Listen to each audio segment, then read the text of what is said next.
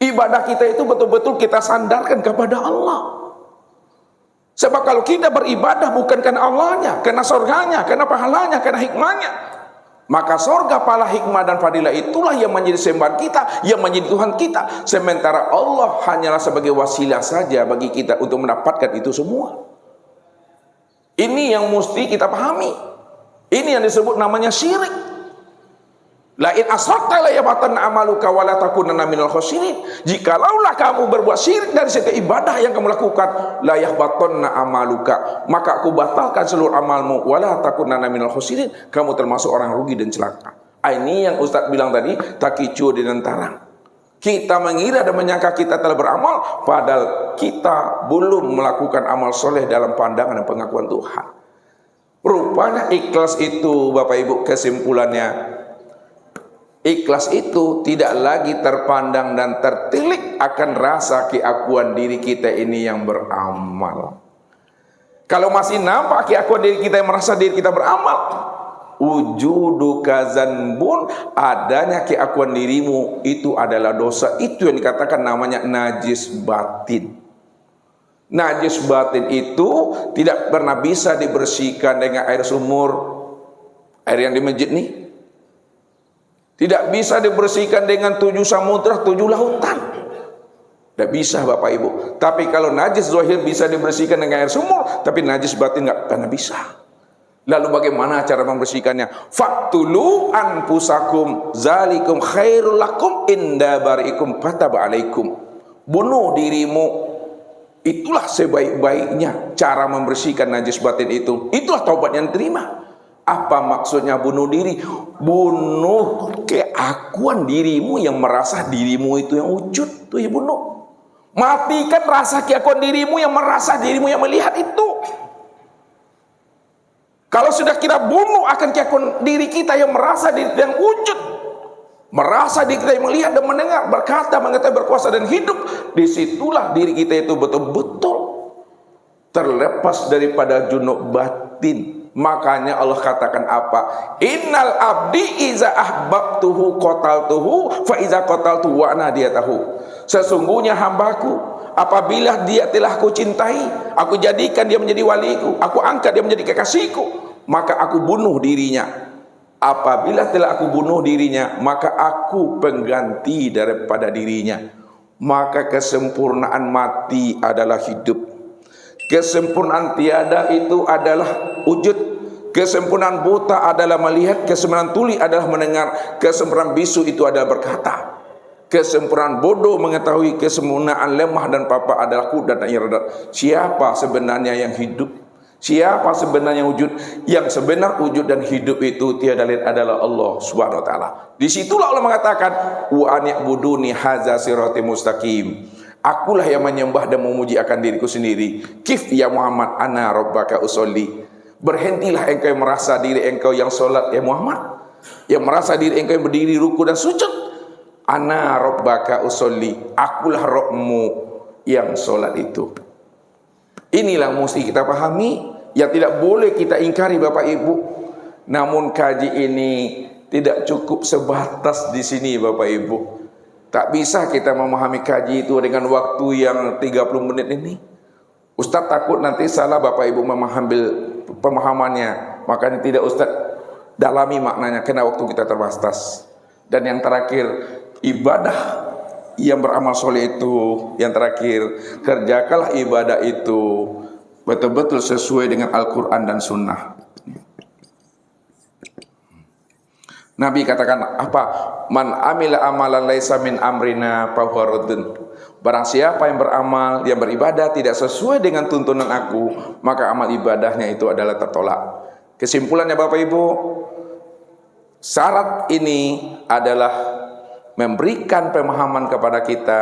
Kalau kita ingin melakukan suatu amal yang diterima oleh Allah, amal yang soleh, maka hendaklah jalan pertamanya kenali Allah, ikhlas, dan hendaklah sesuai dengan syariatnya yang telah diajarkan oleh Allah dan Rasulnya kepada kita ini. Mungkin itu saja Bapak Ibu.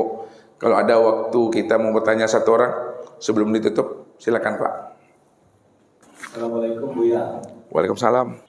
Saya akui kalau melihat penjelasan Buya tadi tentang amal soleh dengan syarat-syarat yang diberikan, berarti amal saya tertolak karena saya tidak memenuhi syarat itu akibat kekurangan ilmu.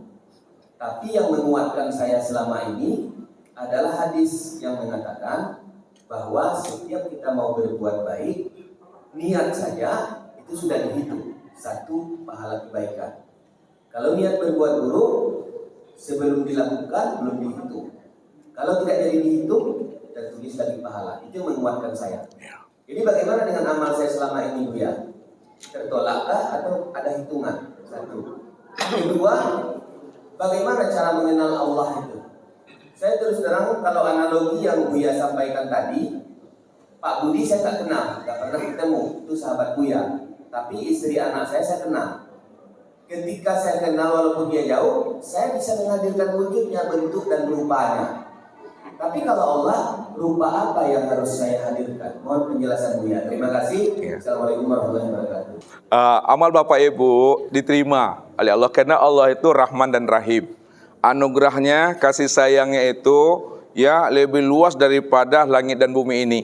Ya, Allah katakan apa? Inilah ghafarun liman taba wa amana wa amila sholihan sumahtada. Aku ni Allah zat yang maha pengampun bagi orang-orang yang merujuk dan kembali kepada aku. Jikalaulah dosanya itu sepenuh langit dan bumi, sebesar bukit dan gunung, maka anugerah aku, ampunan aku itu lebih besar daripada langit dan bumi, lebih besar lagi daripada gunung itu. Itu maknanya. Ketika kita telah muncul kesadaran untuk mengenal akan Tuhan itu, ya, pada saat itu kita ingin rujuk untuk berjumpa dan liqo dengan dirinya. Maka ketika itu Allah terima taubat kita, Allah ampuni akan dosa-dosa kita. Kemudian kita betul-betul ingin menemui akan dirinya sebelum habisnya usia umur ini. Sumahtada.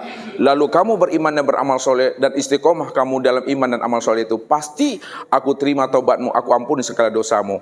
Ini maknanya Bapak Ibu.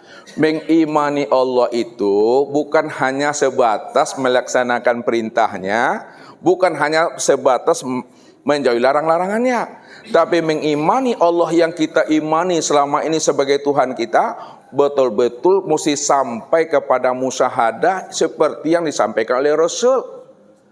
Jadi tidak hanya iqrarun bilisan, tidak hanya sebatas tasdiqu bil qalbi, dan tidak hanya sebatas wal amalu bil arkan, tapi betul-betul sampai pada puncak musyahadah. Inilah surah Al-Hijr ayat 99 menjelaskan, itu pula lah baginda Rasul mengungkapkan anta'budallah ka'annaka tarahu fa illam takun tarahu fa innahu yaraka. Supaya apa? Ibadah kita itu betul-betul nikmat, betul-betul hadir ruhani dan jiwa kita itu bersama Allah.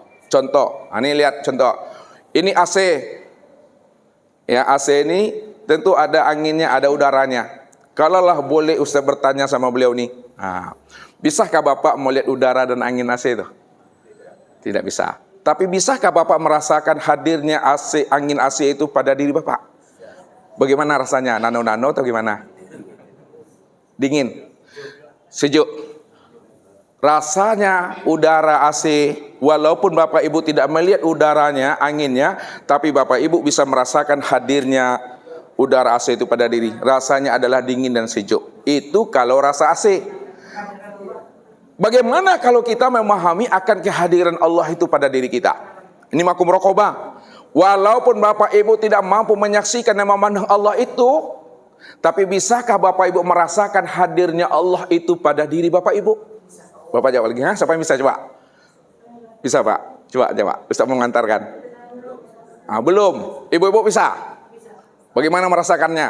Saya setelah melakukan sesuatu yang baik, ada rasa ketenangan, ketentraman di hati. Ketentraman hati boleh, tapi mesti memahami begini. Lihat, Ustaz antarkan. Walaupun kita tidak mampu melihat dan menyaksikan Allah pada maqam muraqabah ini, tapi Bapak Ibu mesti mampu merasakan hadirnya Allah itu pada diri. Untuk merasakan hadirnya Allah itu pada diri, itu yang disebut namanya dengan hayat. Hayat itu yang hidup pada diri Bapak Ibu itu yang adalah ruh. Siapa ruh itu? Ruh itu adalah rahasia aku, kata Allah. Balil insanu ala nafsi basyira. Aku yang melihat pada dirimu, aku yang hidup pada dirimu. Kalau tak ada hayat pada diri kita Bapak Ibu, bisakah kita ini bergerak? Nah, makanya pahami 7 sifat itu. Sama, basar, kalam, ilmu, kodrat, iradat, dan hayat. Ketika Bapak Ibu tidur, mata ini tertidur, telinga ini tertidur, siapa yang jago, siapa yang bangun di waktu tidur tuh coba? Yang terbangun, yang terjaga pada diri kita di saat kita tidur, itu yang si hayat Tuhan. Siapa hayat? Hayat itu adalah ruh. Siapa ruh? Ruh itulah rahasia aku. Wafi anfusikum apala tubsirun. Kenapa tidak kamu pahami bahwa aku ini telah menjadi rahasia dirimu? Apa kata Allah? Al insanu siri wa siri sifati wa sifati la ghairi. Ini hadis qudsi. Dirimu itu, insan itu adalah rahasiaku, rahasiaku itu adalah sifatku, sifatku itu tiada lain adalah aku, kata Allah. Wa ja'alu lahu min ibadi juz'an, bahwa dirimu itu bagian dari diriku. Ini memahaminya. Nah, jadi kuncinya memahami tentang rahasia mengenal Tuhan, 5 jalannya Bapak Ibu. Ustaz tak terangkan, cuma sebutkan aja kuncinya. Kunci mengenal Allah, pertama melalui nur, melalui nur Muhammad. Yang kedua, kunci untuk mengenal Allah, mematikan diri. Yang ketiga, kunci mengenal Allah, mengenali akan asal usul diri. Yang keempat, memfanakan diri. Dan yang kelima, mengenal akan sifat-sifat Allah. Jadi mungkin untuk jelasnya Bapak Ibu mungkin bisa lihat di YouTube Ustadz, channelnya Tauhid Robani. Situ jelas semuanya. Jadi itu kuncinya Bapak Ibu, ya. Kalau kita ingin mengenal Allah, ya, dengan baik, kenalilah 5 sifat itu, lalu carilah pembimbing, carilah guru yang bisa menghantarkan kita untuk bisa usul kepadanya. Guru banyak, mursyid sulit mencarinya. Maka carilah al ulama warasatul anbiya. Ulama warasatul anbiya, dialah yang menghantarkan rohani kita untuk mampu bisa berlikuk dengan Allah Subhanahu wa taala. Ya, kaji ini dipertanggungjawabkan dunia akhirat Bapak Ibu. Ya. Jadi tidak hanya kita sebatas memahami kajian fikih, karena ilmu yang kita pelajari wajib 3. Ini penutup terakhir, lagi. Yang pertama itu ya fikih. Fikih ini yang disebut namanya syariat. Yang kedua tasawuf. Tasawuf itu disebut namanya tarekat. Yang ketiga tauhid. Tauhid itu disebut namanya hakikat. Kalau sudah sempurna syariat fikih kita, tarekat tasawuf kita, dan hakikat tauhid kita, barulah kita sampai kepada ma'rifat. Ma'rifat ini yang menghantarkan kita kepada Allah. 3 ilmu ini yang dijelaskan oleh Rasul. Iman, Islam, dan ihsan. Iman itu tauhid tuh. Itu akidah. Dia bicara tentang ruh, keesaan Allah. Yang kedua, Islam. Islam itu yang fikih, itu yang syariat. Ya, itu yang ibadah tuh. Itu nyata pada batang tubuh. Kemudian adalah ihsan. Ihsan itu yang tasawuf. Pada diri kita itu yang qalbu. Makanya di dalam Al-Quran itu 3 cuma, walaupun Al-Quran 30 juz, isinya cuma 3. Akidah, ibadah, dan akhlak. Itu dia. Ibadah itu fikih. Akhlak itu tasawuf. Akidah itu namanya iman. Maka pelajari itu semua supaya ibadah kita itu betul-betul ada nikmatnya. Jadi orang yang sudah bermakrifat kepada Allah, nih terakhir, orang yang makrifat kepada Allah itu hakikatnya dia telah liqa, berjumpa. Hakikat orang yang liqa itu adalah musyahadah, menyaksikan. Hakikat musyahadah itu yang disebut namanya muwajjahah, bertatap wajah. Hakikat muwajjahah itu adalah fana. Hakikat fana itulah baqa itu. Sehingga ada di Bapak Ibu di situ yang berbuat itu. Mungkin itu saja Bapak Ibu yang dimuliakan Allah. Mudah-mudahan Allah berikan kita anugerah kemudahan dalam memahami ilmu ini, sehingga kita selalu istiqomah bergiat untuk beramal. Bagaimana amal kita itu betul-betul amal yang bermakrifat, amal yang diakui oleh Allah, bukan hanya amal yang diakui oleh diri kita ini. Kalau Allah sudah mengakui kita sebagai hambanya, 100% itu hamba Allah. Kalau kita baru mengatakan kita ini hamba Allah, itu ngaku-ngaku namanya. Ini saja, billahi taufik wal hidayah. Wassalamualaikum warahmatullahi wabarakatuh.